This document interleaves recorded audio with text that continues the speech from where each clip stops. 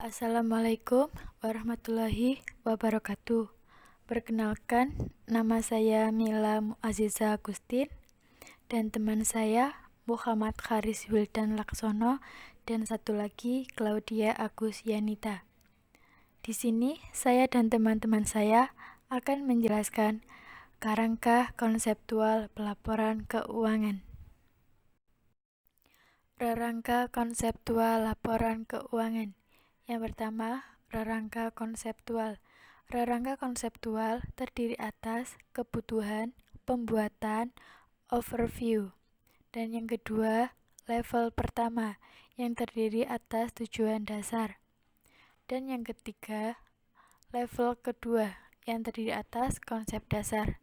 Dalam konsep dasar terdiri karakteristik, kualitatif, dan elemen-elemen dasar. Dan yang terakhir, level ketiga adalah pengakuan, pengukuran, dan konsep penjelasan yang terdiri atas asumsi-asumsi dasar, prinsip-prinsip dasar, keterbatasan, dan ringkasan struktur. Rangka konseptual adalah sebuah konsep yang mendasari laporan keuangan. Perlunya kerangka konseptual adalah 1. Membuat aturan harus didasarkan dan dihubungkan dengan konsep-konsep yang jelas. Yang kedua, agar dapat digunakan sebagai dasar IASB untuk mengeluarkan aturan-aturan sepanjang waktu. Rangka konseptual terdiri atas 3 level. Yang pertama adalah tujuan dasar. Level kedua, karakteristik, kualitatif, dan elemen-elemen dasar. Yang terakhir, pengakuan, pengukuran, dan konsep penjelasan laporan keuangan. Level pertama, tujuan dasar. Untuk menyiapkan informasi keuangan yang dapat dipakai oleh investor yang potensial, lenders atau pemberi pinjaman, dan kreditor lainnya untuk membuat keputusan dalam kapasitasnya sebagai penyedia modal. Yang pertama, menyediakan informasi dalam bentuk laporan keuangan yang bersifat umum. Dan yang kedua, dianggap bahwa pemakai memiliki pengetahuan bisnis dan akuntansi yang cukup untuk memahami informasi laporan keuangan. Level kedua yaitu konsep-konsep dasar. Yang pertama, karakteristik kualitatif informasi akuntansi. FASB mengidentifikasi karakteristik kualitatif informasi akuntansi yang membedakan informasi yang lebih berguna dengan informasi yang kurang berguna untuk pembuatan keputusan. Yang kedua, kualitas dasar atau relevan. Relevan adalah salah satu dari 2 kualitas dasar yang membuat informasi akuntansi dapat dipakai untuk pembuatan keputusan. Elemen-elemen laporan keuangan. Unsur posisi keuangan atau neraca. Yang pertama, aset adalah sumber daya yang dapat dikendalikan oleh entitas sebagai hasil dari kegiatan sebelumnya dan mempunyai manfaat ekonomi di masa mendatang. Yang kedua, utang. Kewajiban sekarang yang timbul dari kejadian di masa lalu yang penyelesaiannya dibutuhkan pengeluaran sumber daya yang mempunyai manfaat ekonomi.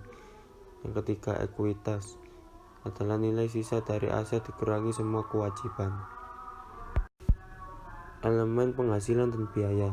Yang pertama, penghasilan atau income.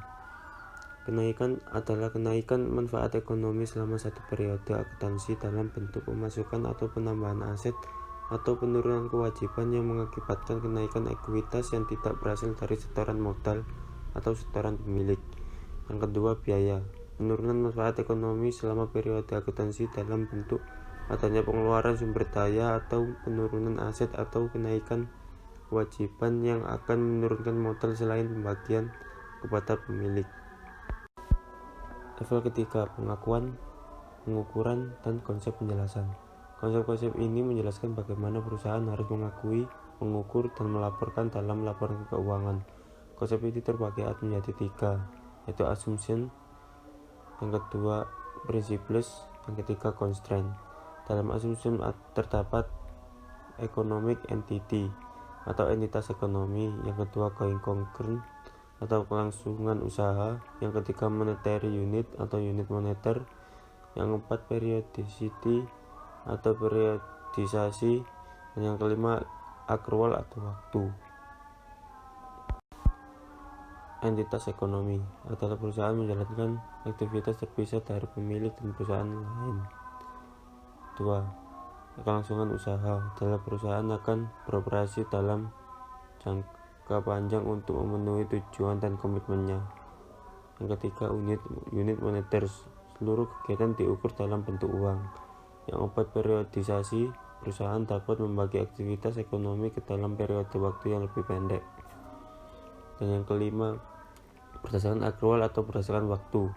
Transaksi-transaksi dicatat pada periode terjadinya transaksi tersebut. Level ketiga, asumsi-asumsi. Yang pertama, entitas ekonomi. Perusahaan menjalankan aktivitas terpisah dari pemilik dan perusahaan lain. Kedua, kelangsungan usaha.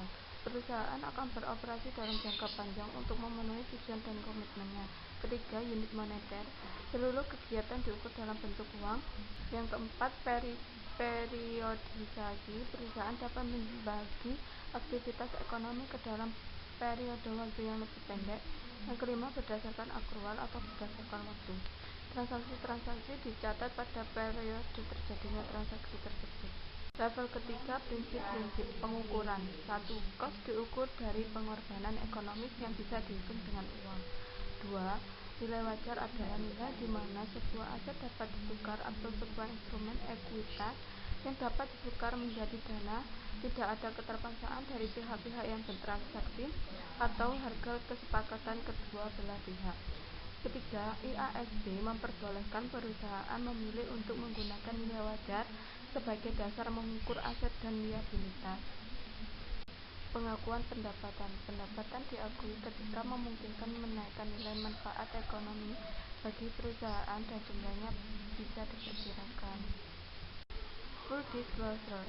Menyediakan informasi yang dapat mempengaruhi pembuatan keputusan dari pemakai laporan keuangan. Itu terdiri dari 1. Laporan keuangan, 2. Catatan-catatan untuk laporan keuangan, dan ketiga adalah informasi pendukung lainnya. Level ketiga, keterbatasan. Cost atau biaya. Biaya untuk mendapatkan informasi harus dipertimbangkan dengan kegunaan dari informasi tersebut. Kedua, materiality. Informasi yang material adalah informasi yang jika dihilangkan akan mempengaruhi pengambilan keputusan.